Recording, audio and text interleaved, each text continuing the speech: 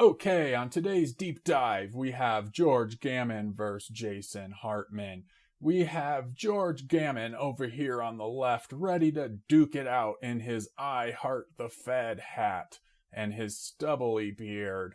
We have Jason Hartman on the right in his Refi Till You Die Punisher style hat.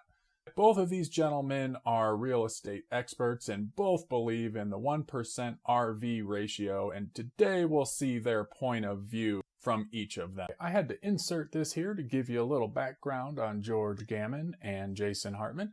George Gammon has a great YouTube channel where he discusses the economy, the Fed, inflation, money printing, and his endless battle against central banks.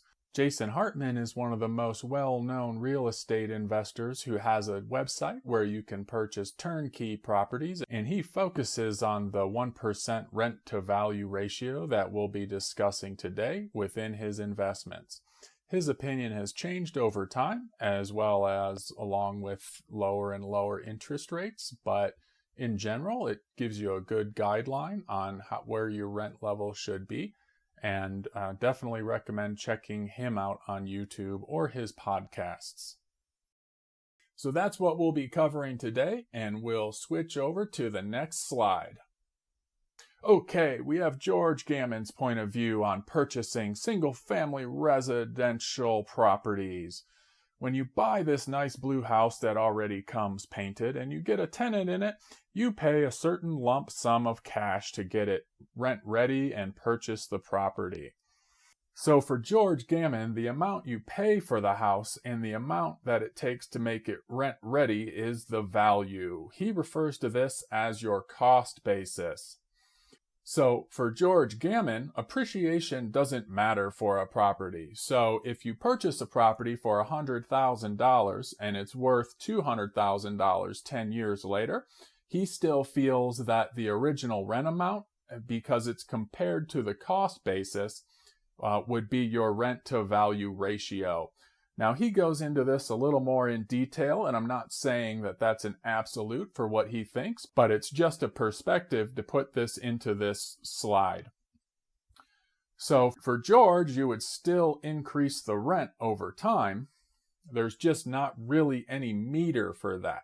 So if your house you purchased for $100,000 and you originally rented it for $1,000 per month, meeting your 1% rent to value ratio, George would say 10 years later that $1,000 is still acceptable because it hits your 1% rent to value ratio.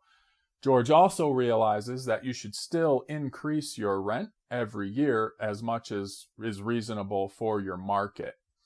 So over time, you actually get a better and better rent to value ratio based on the cost basis. So if your house is $200,000 and 10 years later you're renting it for $2,100, that means you have a 1.05% rent to value ratio. Correct my math in the comments. So you're actually better off that way than if you just increase rent to the value of the house. On the other hand, if you don't increase rent enough, 10 years later you may be renting that house for $1,900, which gives you a 0.95 rent to value ratio. Not very good. You're getting a little behind here. So George only considers the total initial cost of the property. So if you purchase a property for $90,000, you're putting 20% down. So you're going to have $18,000 into that. And then when you put $10,000 into the property to increase its value to $100,000, you end up with a total of $28,000 that you've put into the property. Now, your cost basis at that point doesn't change because you've put your investment together, you have a tenant in there, and you're meeting your 1% RV ratio of $1,000 per month because that's what that property's initially worth, and your cost basis is now fixed. So for George, that limited time frame is the initial month or so that you're getting the property ready and that total investment. Once your renter moves in or once your tenant moves in, your cost basis is then fixed. So George's point of view also ignores inflation in the asset, meaning the house. As long as you meet your cost basis, he's happy with the 1% RV ratio. Now, not that George ignores inflation all around. His videos talk a lot about inflation and how when you get a 30-year fixed mortgage, you're shorting the dollar and helping yourself avoid inflationary cost increases. So I don't want to say that George ignores inflation altogether. Just as it relates to the cost basis of the property, inflation is ignored. Now we'll go to our next slide.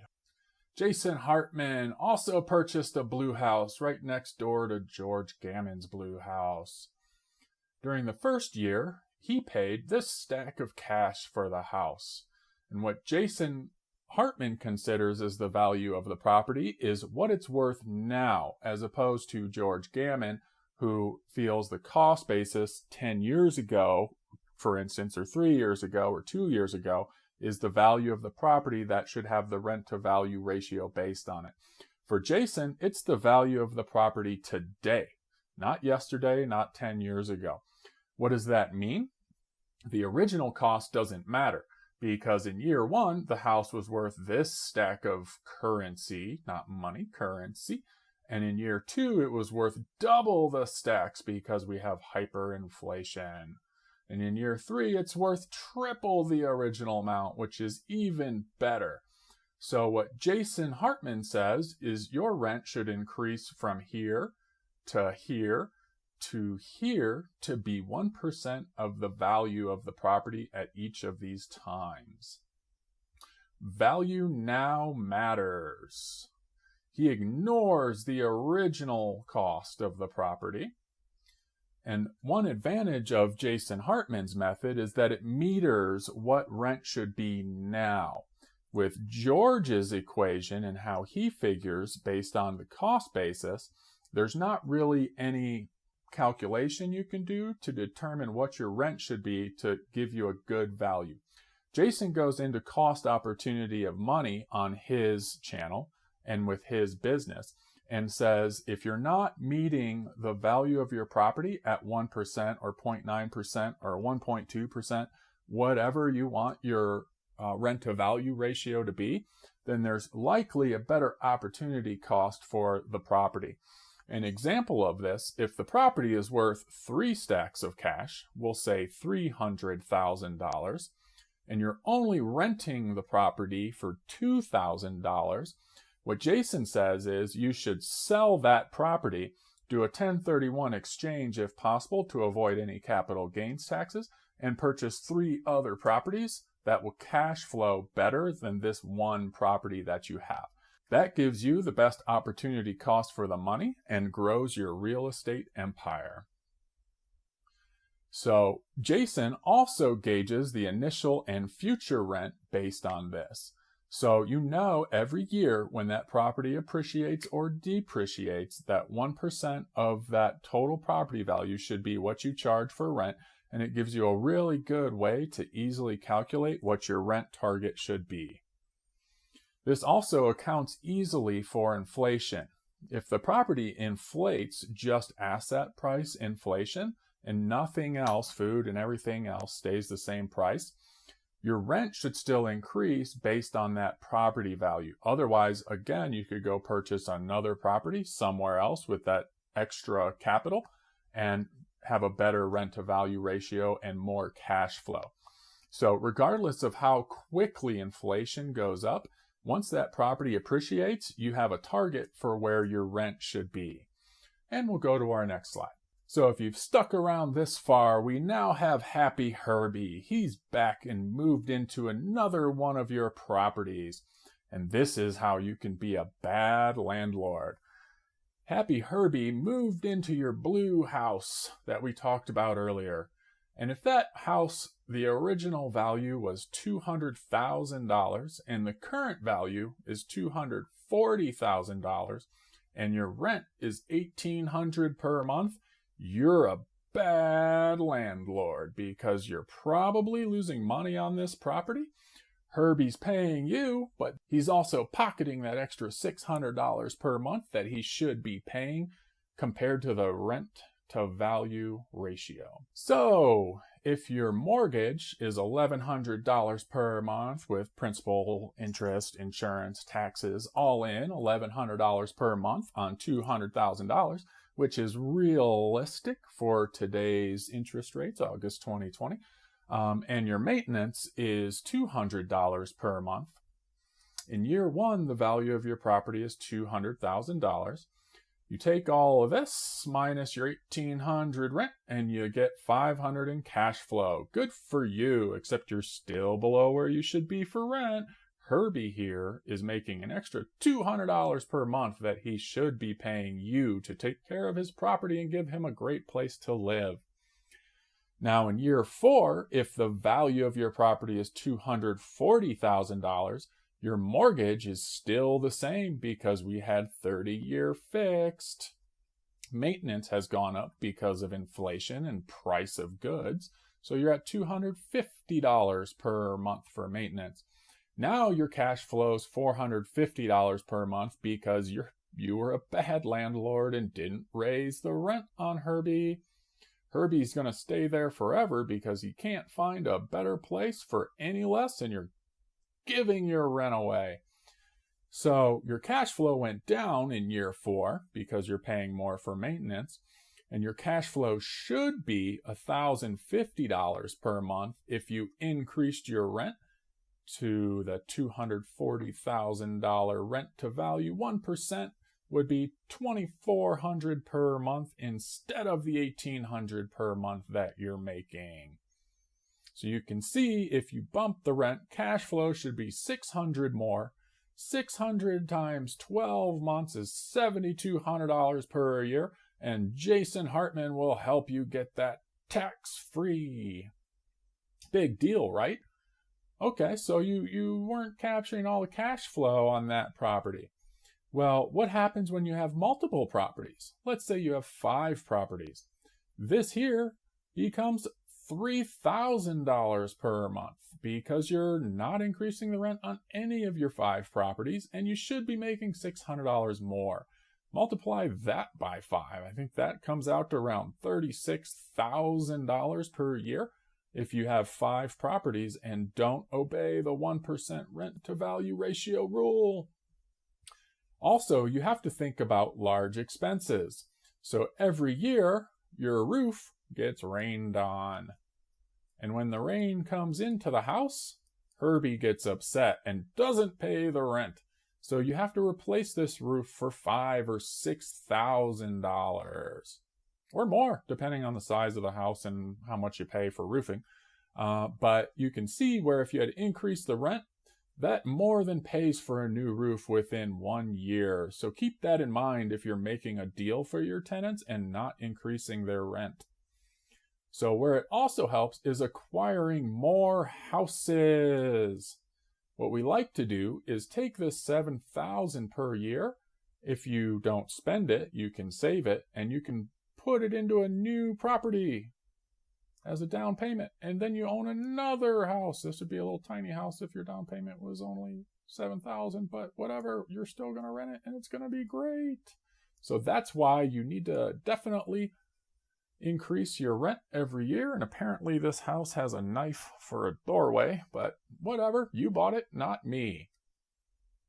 Okay, we'll go to our next slide. So we're answering the question, which point of view is better, George Gammon's or Jason Hartman's?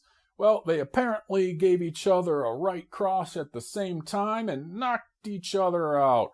So the answer is both are right, but why? George Gammon views property as an investment. George considers investments as something that pay you to own them. If the property was only an asset and didn't pay you, George would consider it a speculation within his portfolio. So here, both viewpoints come together and you may be able to relate them to your own situation. Don't take any financial advice from this channel. We're just YouTubers and you'll lose 100% of your money. If you're going to take financial advice from us, take your laptop, throw it out the window, down the hill, into the garbage truck, and make sure that garbage truck drives away because you're about to be broke.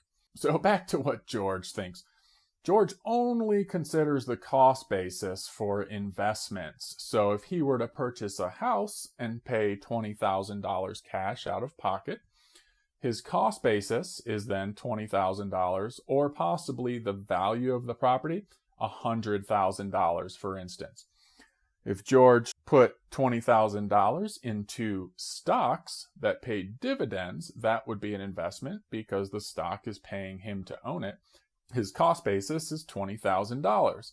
So down the road, it doesn't increase his cost basis at all. He paid $20,000 today, and he'll still have paid $20,000 for that stock 6 months, 6 years from now.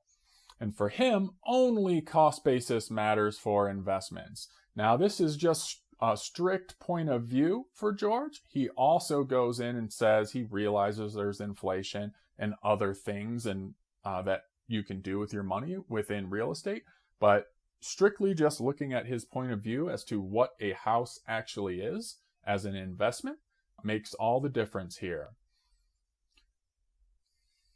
Jason Hartman views properties as a wealth-building asset. Jason says assets become more valuable over time for you and the tenant. So you get to raise your rent, you get to make more money, and over time you should be cash flowing more and more off of that property because you have a 30-year fixed rate mortgage that doesn't change until it's paid off, even though you get to bump the rent every 6 months or every year depending on your lease length. Jason considers opportunity cost of the cash. For Jason, he knows that if your property appreciates, you can refinance it and take out more cash from the property and buy more houses with 30-year fixed rate debt. He knows that you can sell the property and redeploy the capital into another home or asset or rental property or whatever would generate cash flow for you. In the end, this makes more money. But from Jason's point of view, your rental property should continue to appreciate and you should continue to make more money off of it. For George may agree with that, but from George's point of view, it's an investment. And once you meet your cost basis and the rent to value ratio at the beginning, he would be satisfied with that because it's paying you to own it. So that's their point of view, a little deep dive into how Jason Hartman and George Gammon think.